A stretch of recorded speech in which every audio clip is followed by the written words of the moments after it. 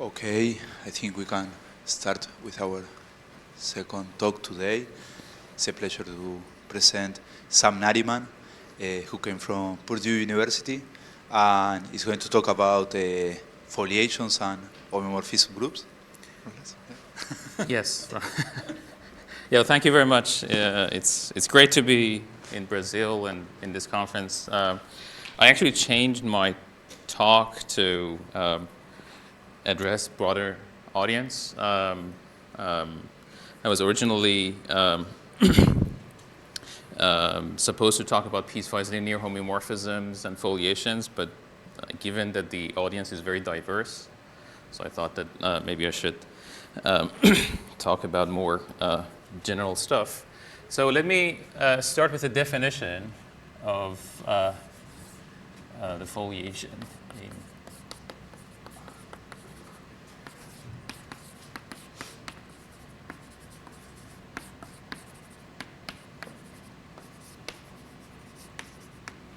Okay, so we know what manifold is. So suppose that M is a smooth manifold, and you have a geometric structure on M. So this is your M, and locally you know that you have a chart to say Rn. Maybe this is Rk. This is Rn minus k, and this is maybe U alpha.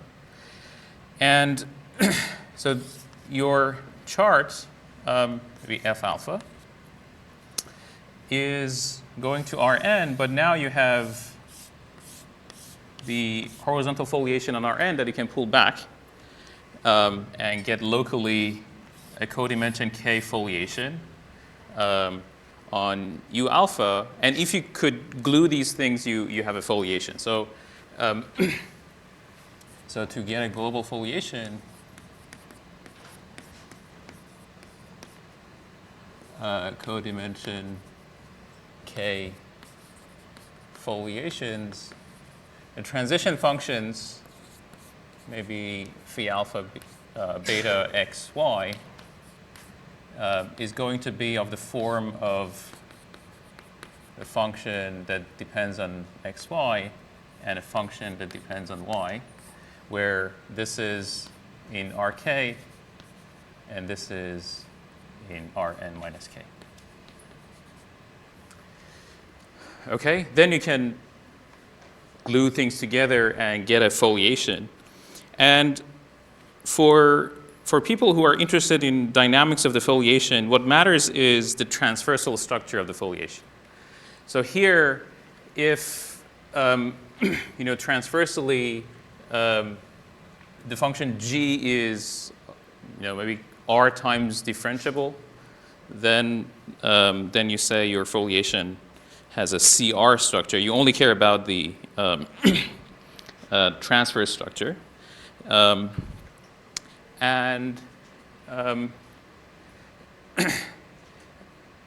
part of the story that I want to tell you is how to relate foliations to the global diffeomorphism groups. Okay, so let me actually relax the definition a little bit. So here, as a remark,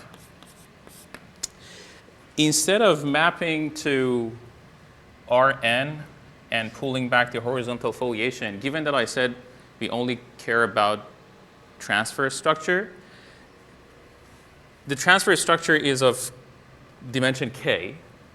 So I can instead think about, instead think about, some cover U alpha,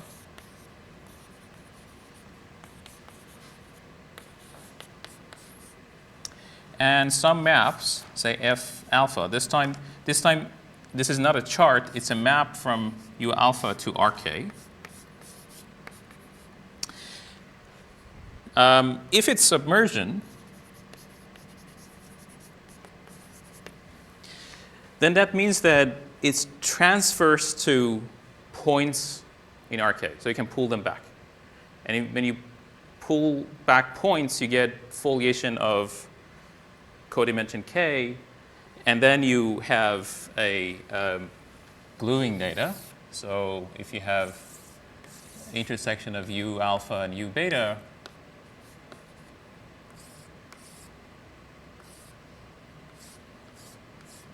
maybe this is x, this is Rk. So if you, say, map with f beta to Rk and f alpha, maybe this is f alpha x, and this is maybe f beta x. And then you want to glue, so that means that maybe there is a relation between f beta and f alpha, which is, so I'm going to denote by alpha beta and then f of alpha x. And this gamma alpha beta is some local diffeomorphism of Rk, sending this open set to this open set. Okay? So this is some local diffeo of Rk. Maybe CR or whatever, depending on your transfer structure. Okay. So if you take the point of view of algebraic topology is that you want to classify things up to some equivalence relation, you realize that you cannot build a universal space and a universal foliation that every foliation is a pullback of the universal object. Because when you want to pull back a foliation, you should have a transverse map to your foliation in order to get a genuine foliation, not a singular object. Okay? But you can relax that, and the way we relax things is instead of thinking about submersion, we could just consider maps, say CR maps. And then we get what we are going to call Hafliger structure. So if we relax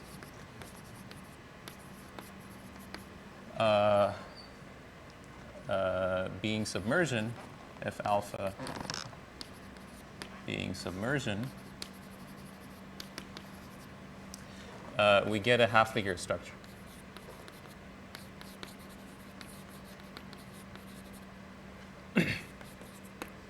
Okay, so we are going to denote the Hafliger structure of, say, codimension k with r times differentiable in the transverse direction to be gamma k r.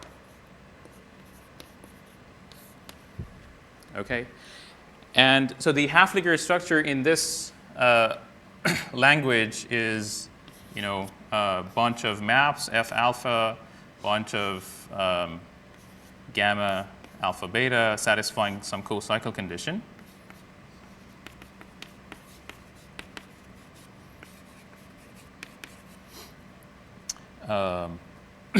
And u alpha.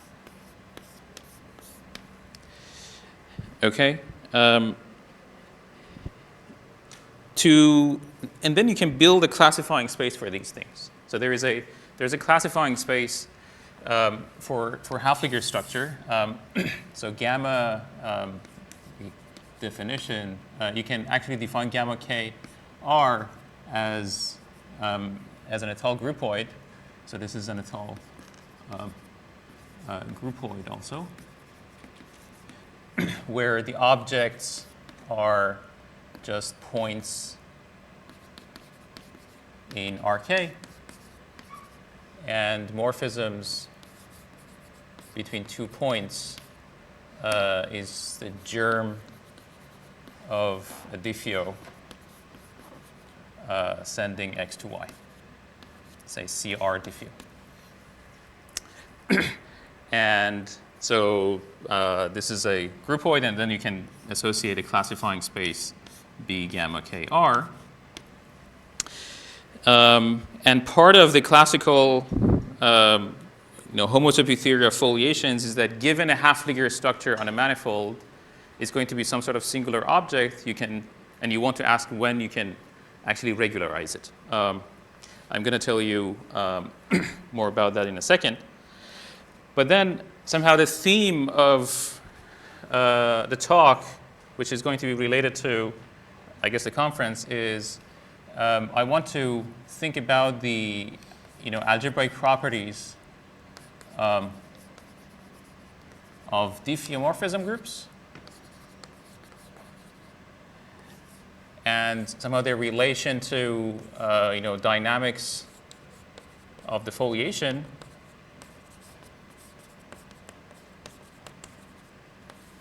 and the relation to the homotopy theory of the half-figure space.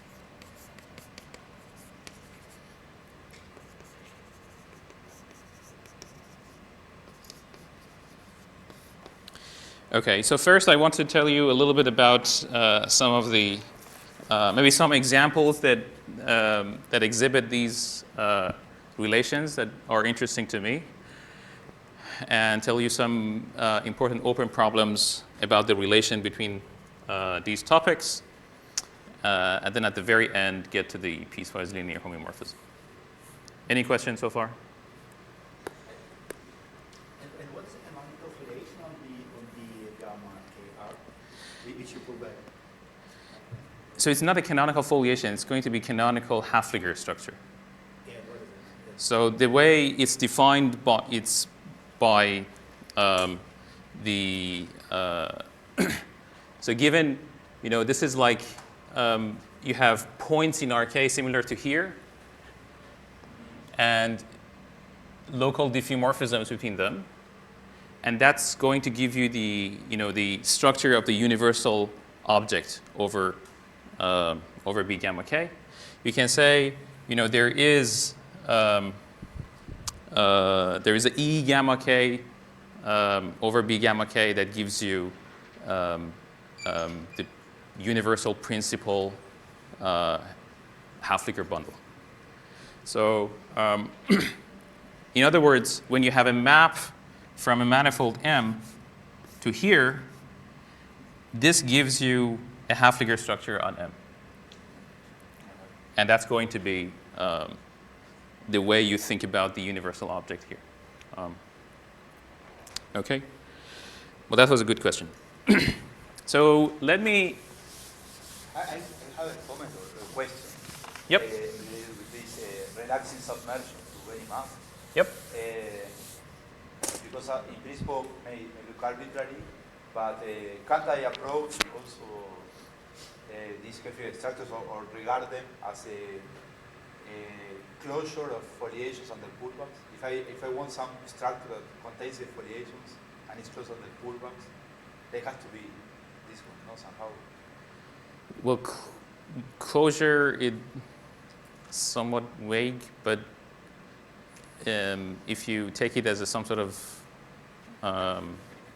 limiting object in a way.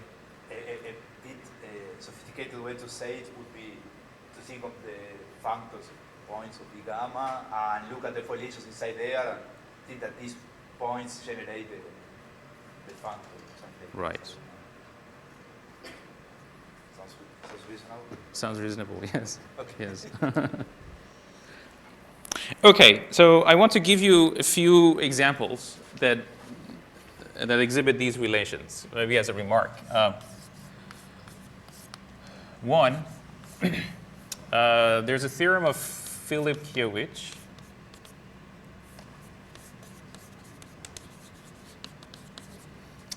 maybe 82, that says that if you consider manifold and consider CR diffeomorphism groups,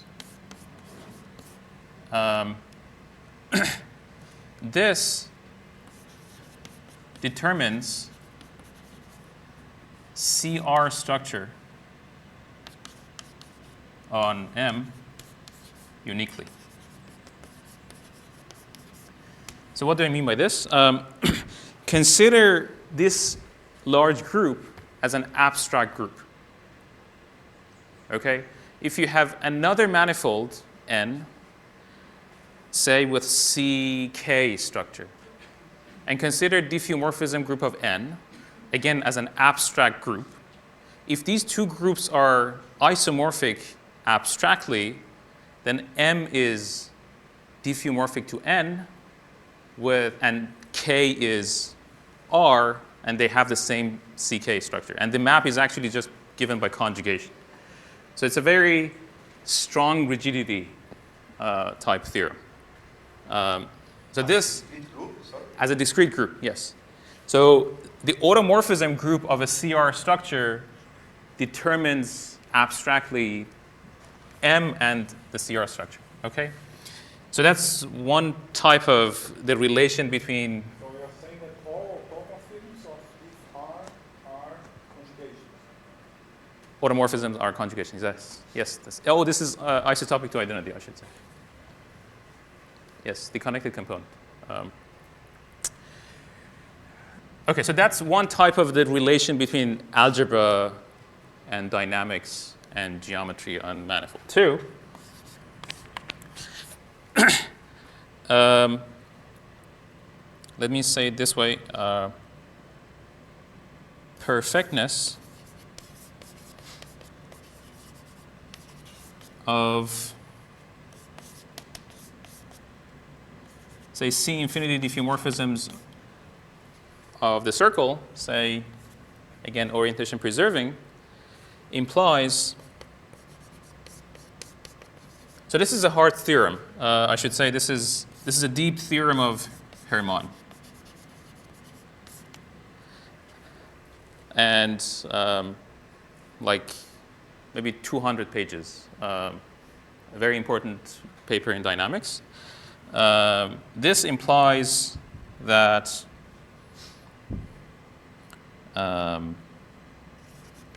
first, maybe I should say two things. One, any suspension foliation, I'm going to say later what this means, on a torus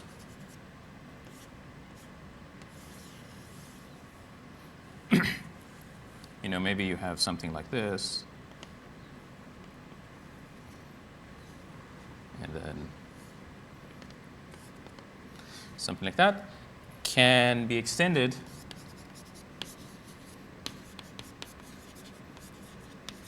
to the solid torus. Okay? So this algebraic property, perfectness means everything is a product of commutators. Okay? This algebraic property implies something that is very topological. Any foliation that you have on a torus, no matter how complicated, you can extend it to the interior as a codimension one foliation. Okay, two, any plane bundle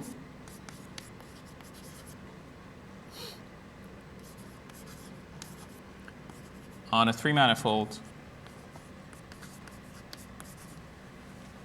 is integrable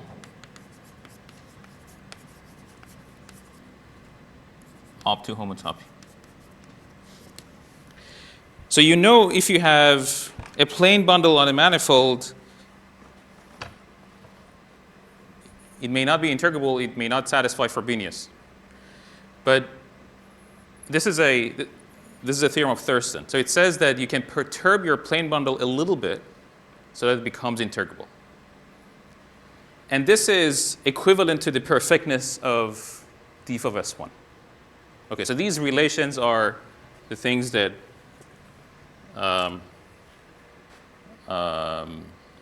is actually related to what I'm going to talk about. Okay. Yep. Implies. Yes. Integrability is a local property, so any plane bundle you can control the litopy and it's integrable. Globally, it's going to be integrable even, but the integrability condition is local. Yes. Yes. Okay. So let me go back to this object Hafliger structure and tell you why we care about this object.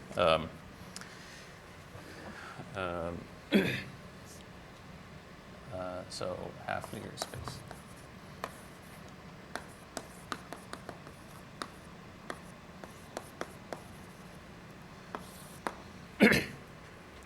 Okay, so this groupoid, say gamma n or gamma q, I'm going to drop the regularity. Just assume that everything is smooth. Well, it's a groupoid. You can define a groupoid map to the. So you are assuming that submesh. I'm It's smooth, I mean, in the Lie-Frac. no. So you are still not assuming that. No, I'm not assuming that. That's right. I'm assuming that the transfer structure is smooth. So there is a map. There is a groupoid map to the GLNR that basically sends a germ to the derivative of the germ at the source. This induces a map on the level of classifying spaces, say B gamma n to B GLN. Let me call this map, this is classically called nu. And geometrically, this classifies the normal bundle of the foliation. Okay? And let me introduce a new object. So the fiber of this map, or the homotopy fiber of this map, is denoted by B gamma n bar. And here is a main conjecture in the homotopy theory of foliation. So conjecture due to Hafliger and Thurston. B gamma n bar is 2n connected.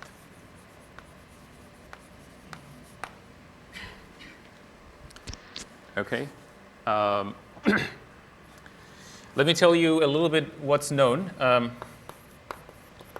Is this related to bot vanishing? Bot vanishing tells you that the map that is induced on the cohomology, say with Q coefficients, between this and this, vanishes above degree 2n. No, it's not related to that, but it's somehow a different restriction. Yes, so it's actually true for any regularity, not just smooth. So one thing is Hafliger showed that B gamma n R is n connected. This is Hafliger. Sorry, Sam, just to Yep. go back. So looking at this pool that you were telling, can I think that this B2N connected, the homotopy fiber tells you that in low degrees is an isomorphism, this homology. Yep. So it would be like the opposite, no? It's bot the opposite, vanishing yes. telling you what happens Above some degree, yes. in higher degrees, and this would be the conjecture. Yep. Okay, I see. Yep. Thank you. And Thurston showed that B gamma n bar, say smooth, is n plus 1 connected. And this is going to be related to the perfectness. I'm going to explain in a few minutes. 3, an important theorem of Suboy, so this is Thurston.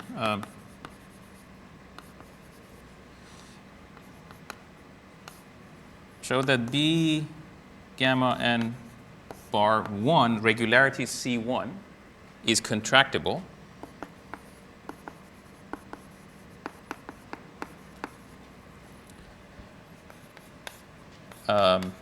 John Mather proved that B gamma and C0 is contractible. We know that when regularity is 2 and higher, it's not 2n plus 1 connected. So that's going to be the best connectivity that we can get. I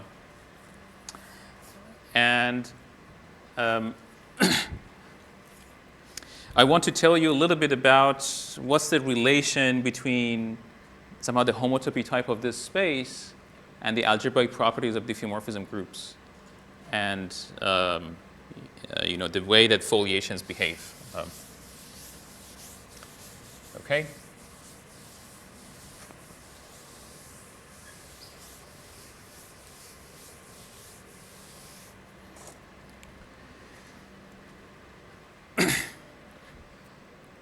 Okay. So let me tell you about some of the consequences of this theorem. I'm going to tell you Mather, Thurston theory. Let me ask you something else. Yep. This conjecture in complex, the complex setting, does it hold? Yeah, the same connectivity is, it's actually a very interesting story also in the complex case. I'm not going to write it down. So B gamma n C also makes sense. And B gamma n C bar is known to be n plus n connected. Again, conjecturally, it's 2n connected. And if you improve the connectivity of B gamma n C, then you can prove something about when you can have a when you can improve the smooth structure to a holomorphic structure on manifolds, whether or not any open manifold that has almost complex structure is complex is not known. I think it's conjecturally true, but if you know about the connectivity of these things, this is true. Okay. So the way that the connectivity of this object is related to diffeomorphism group is related to a theorem of Mather and Thurston. So consider diffeomorphism group of manifold M, let's say CR. You can consider this large infinite dimensional Lie group with discrete topology, and you can consider it with the usual Whitney topology that's going to be a Lie group, and you have the identity group homomorphism between the two, which is a continuous group homomorphism, and it induces a map between classifying spaces. Okay, the way one should think about this map geometrically is this classifies M bundles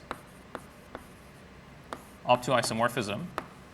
This classifies foliated M bundles,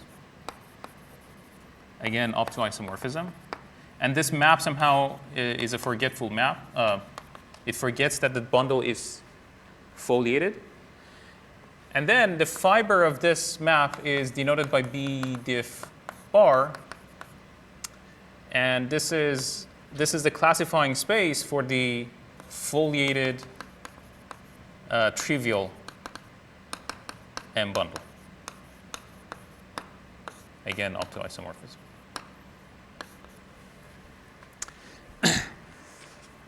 Okay, and the theorem of Thurston and Mather in dimension 1, so the theorem says that there is a map from this fiber to some section space. So I'm just going to write down this statement, but I'm going to tell you what you need to care about. So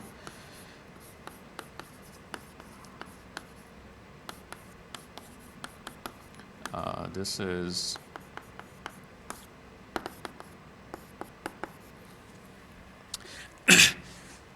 so just quickly, this is going to be the space of lifts of the tangent bundle to the B gamma n that leaves over BGLN. Okay? You don't need to think hard about the right-hand side. The only thing that I want you to have in mind about the right-hand side is that this object is a geometric moduli space. It classifies something that is very geometric. The right-hand side is something that is very homotopy theoretic. It's some sort of space of maps that you can study using algebraic topology. Okay? And the theorem is that these two spaces are homology isomorphism. Okay? And then so note that this is about the fiber of this map. And if you know about the connectivity of this map, you can say something about the connectivity of the mapping space using obstruction theory. And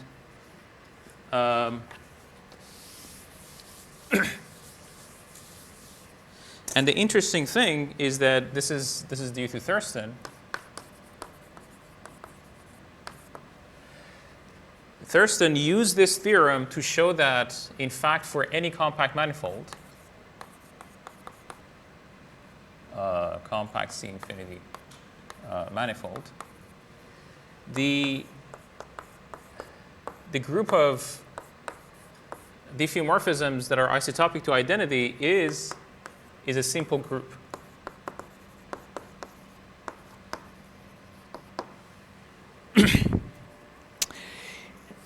How did he do that? So this is actually an interesting story.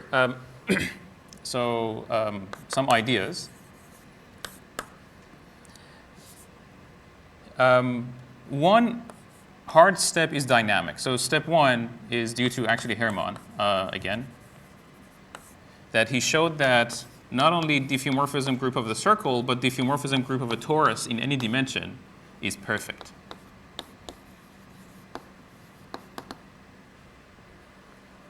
Okay?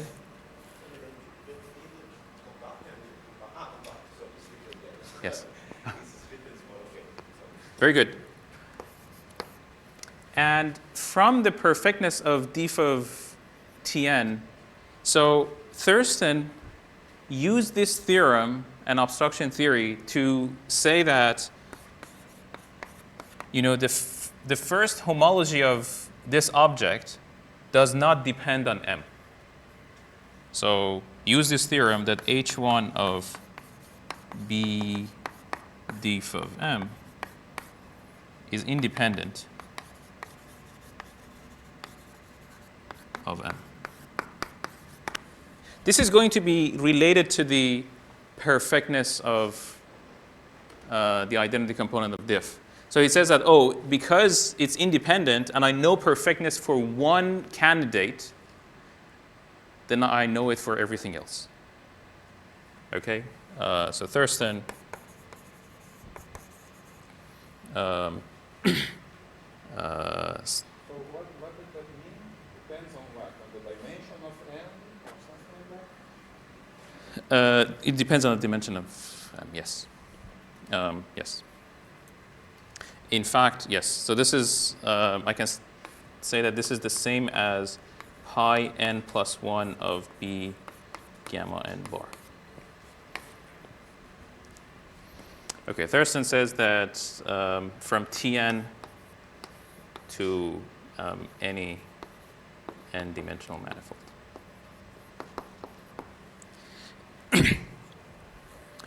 And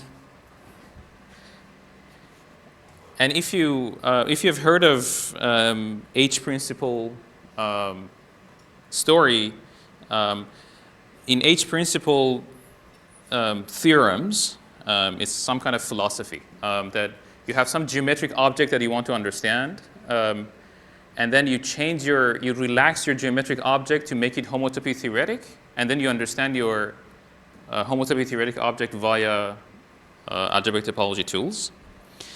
For example, probably you've seen sphere aversion of Smale. You want to understand immersions, and you change it to the question about mapping spaces, and you do homotopy theory. But here, somehow Thurston used this H principle theorem in a reverse direction. which is surprising because, from the H principle philosophy, you expect that you have to use the right-hand side, which is more flexible, to say something about the left-hand side, which is more geometric and more rigid, in a sense. But Thurston used this fact about diffeomorphism group that is, hard dynamics theorem to say at the end something about the homotopy groups of B gamma n, and then say something about other manifolds. So the way that he proved connectivity of n+1 was to use perfectness of diff of the torus. So it was somehow using H principle in a surprising direction, in a direction that it's not supposed to be used, actually. Okay?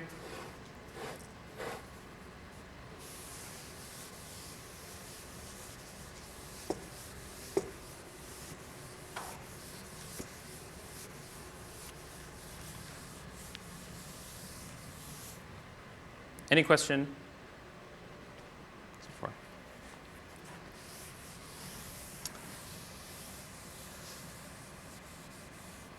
I'm a bit confused here. Is it simpler, stronger than perfect? Oh yes, I forgot to mention that. So it's a contribution of Epstein in 70s that perfectness of diff 0 R of M implies simplicity.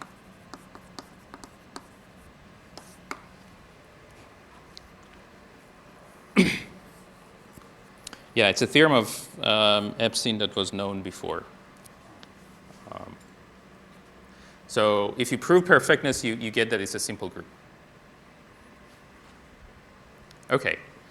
Let me try to say something that that could actually relate this talk to the previous talk, maybe. One thing about the conjecture and diffeomorphism group is the following. It's a remark.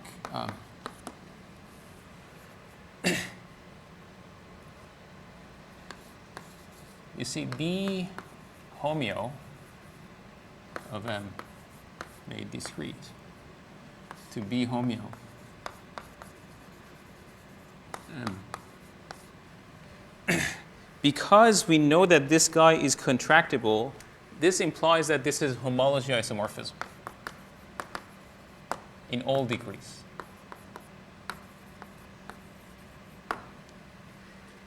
And this is actually a very surprising fact if you have thought about finite dimensional Lie groups.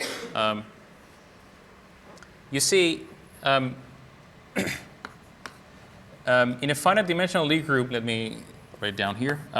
If you consider the map from BG delta to BG for, say, G finite dimensional Lie group,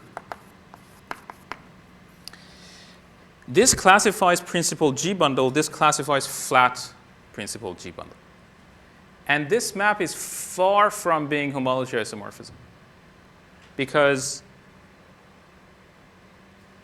there are cohomological obstructions. So let me say, for example, if G, let's say GLN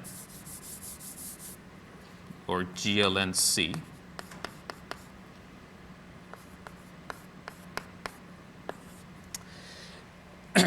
in fact, if I denote this map by eta, the eta star on cohomology, say from the cohomology of BGLNC, say with Q coefficients, to the cohomology of BGLNC discrete.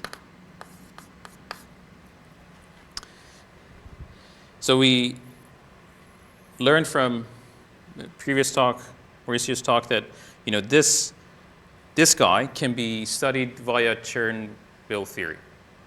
Any characteristic class here, Chern classes, can be written as polynomial on curvature. And when you go here, your bundle is flat, so the curvature is identically 0, so this map is 0. So it's a trivial map. Okay? So it's far from being homology isomorphism in the classical case. But when you consider homeo, it's going to be homology isomorphism. Okay? This is not true for diffeomorphism group that have high regularities, C2 and higher. But one thing that comes out of this is the following. So let me tell you a geometric way of thinking about the statement in 1. So suppose that you have a manifold B, and you have a bundle over B whose fiber is M. So this is an object that can be classified by this space, okay? And then the fact that this is homology isomorphism tells you that there is a Bordism to another base, maybe B prime, and this is maybe tilde and E prime, again M bundle, that this bundle is foliated. So you can do surgery on the base and extend your bundle structure to make your bundle flat. You cannot do that for linear bundles, but you can do it for manifold bundles for homeo. Sam, also another question, very simple, but when you mention foliated bundles are flat bundles, no? Like the foliation is a horizontal one, no? This is to each leaf. It's transfers to the fibers. It's not horizontal because the bundle might be twisted. Yeah. Yes, but it's transfers to the fibers. Yes, and let me just say without writing that if you've heard of Milnor-Wood inequality, Milnor-Wood inequality, so say Milnor inequality says that if you have, say, linear bundle over a surface, if it's flat, then the Euler class of the bundle cannot be too large compared to the genus of the surface, okay? Meaning that if your bundle is very twisted, you cannot put a flat structure on your linear bundle, okay? And the same thing holds for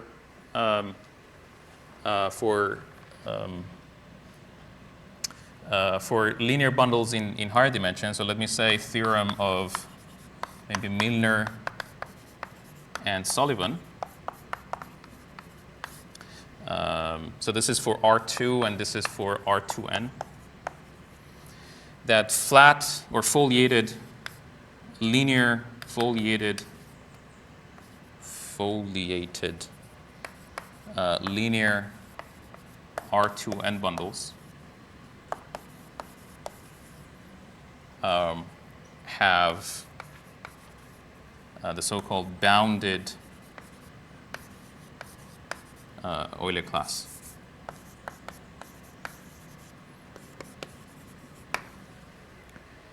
There's a notion of bounded co-cycle and bounded cohomology that says that the Euler class, if you have a linear structure, is bounded. One theorem that we proved recently with Fournier, Faccio, and Mono, and myself, was that all the classical invariants, meaning like Euler Pontryagin classes are unbounded for R2n, for flat R2n bundles, not necessarily linear. Okay, so when you relax being linear, there is no constraint on the value of your invariance anymore.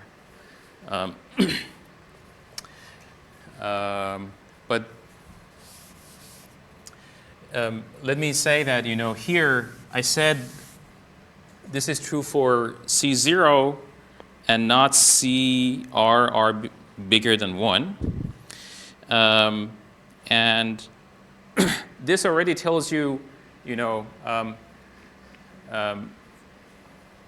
something about perfectness, that says that the first homology of this is going to be the group homology of homeo, which is the same as the first homology of this, which is easier to calculate. And that's how you prove, you can show perfectness for these groups. So let me now tell you a little bit about the case of piecewise linear. So what about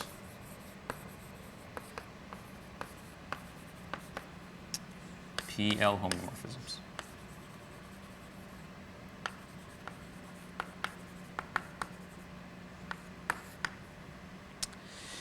Okay, the case of PL homeomorphisms got my attention because in the paper that I mentioned, Epstein, actually the last chapter, he proved the following. He proved that PL, say orientation preserving, of S1 is a perfect group.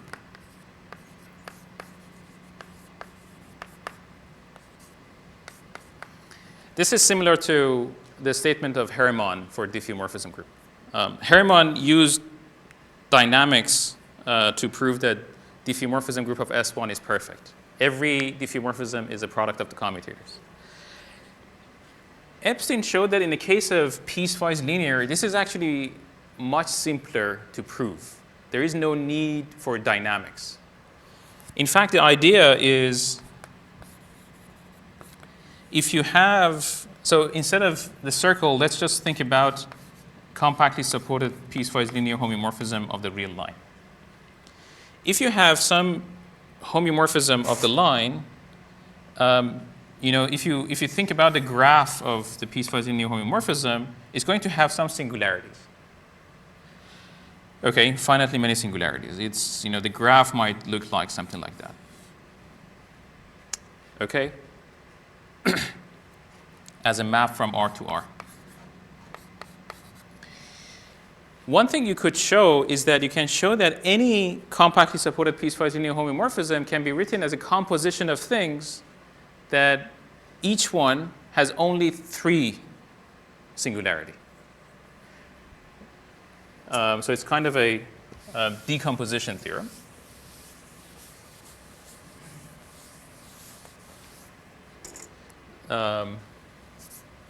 So one thing we could show is that the only thing is, so it reduces to something that is, whose graph is like that. So you have singularity at 0, singularity at 1, and singularity at some point in between, maybe alpha. And your graph is something like this, maybe.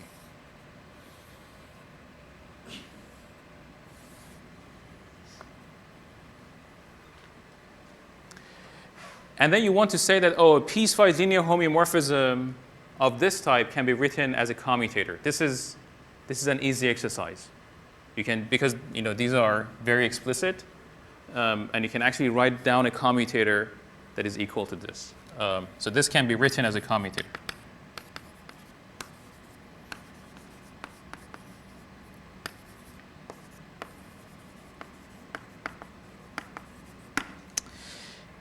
Therefore, any other piecewise linear homeomorphism can be written as a product of these things and as a product of commutators. Then Epstein said, okay, so what about higher dimensions? I don't understand. So what's the point here? Every piecewise linear homeomorphism can be written as a composition of this kind of. Yes, So these are the building blocks of PL.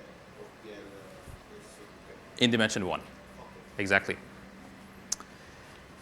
And so open problem. What about higher dimensions? So the question of Epstein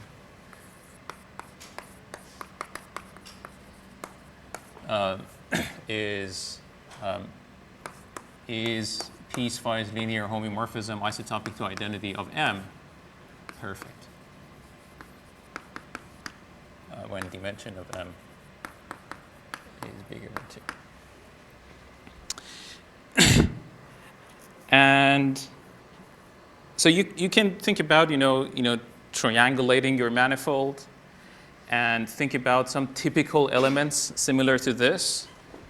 And Epstein actually introduced some typical elements in higher dimensions and said that, oh, is it true that any piecewise linear homeomorphism can be written as a composition of these things?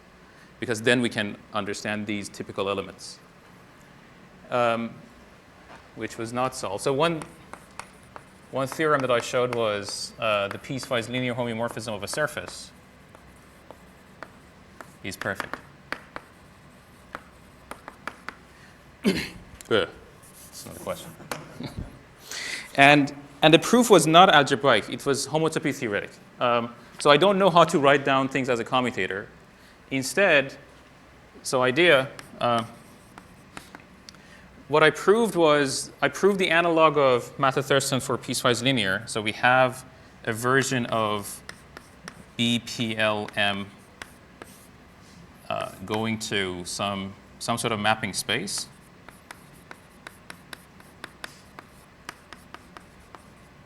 I'm not going to write down what this is, but just consider something homotopy theoretic.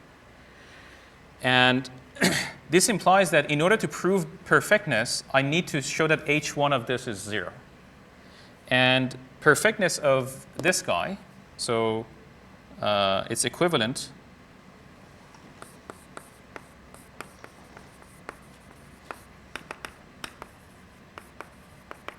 is equivalent to showing that B gamma 2 PL bar is 3 connected.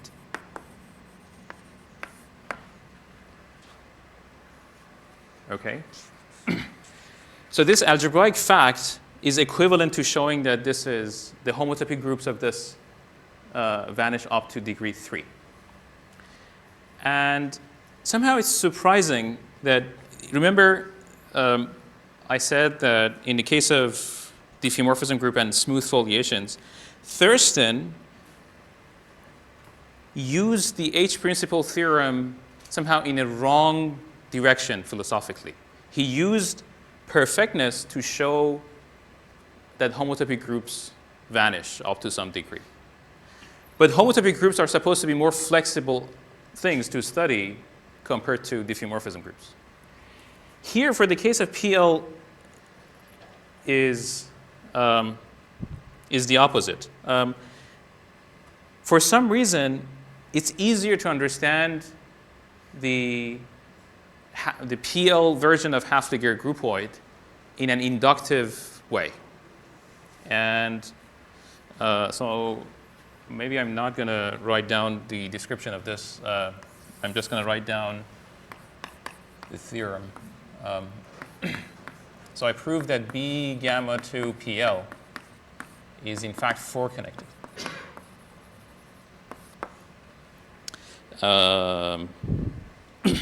This is, so let me just say that this is related to algebraic K-theory of real numbers. It's going to be related to calculations of the group cohomology of GL2R and so on. But let me stop here.